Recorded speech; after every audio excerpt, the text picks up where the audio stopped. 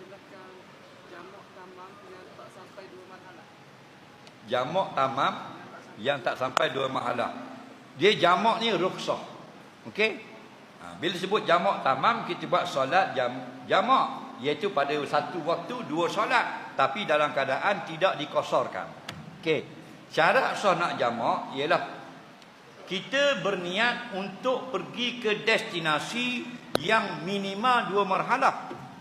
Dan bila kita boleh memulakan jamak, bila kita sudah bertukar status daripada mukim kepada musafir.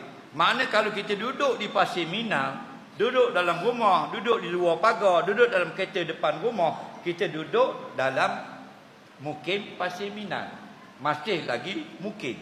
Boleh tak jamak? Boleh jamak orang mukim? Tak boleh.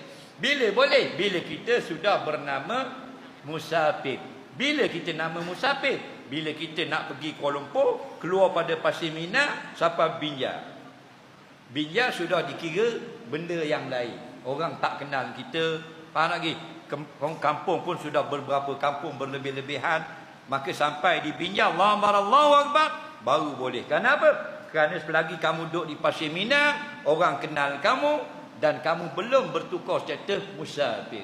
Walaupun duduk dalam kereta dah panas injik, tapi kamu sudah mulakan perjalanan 3 km sampai dah ke Pekan Binjai, maka bukan lagi orang panggil pemukim Pasir Minang, sudahlah orang kira orang yang berstatus musafir, baru boleh jamak walaupun tak kosong. Okey?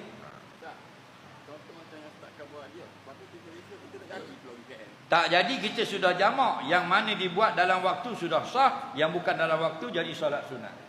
Okey? Lagi soalan?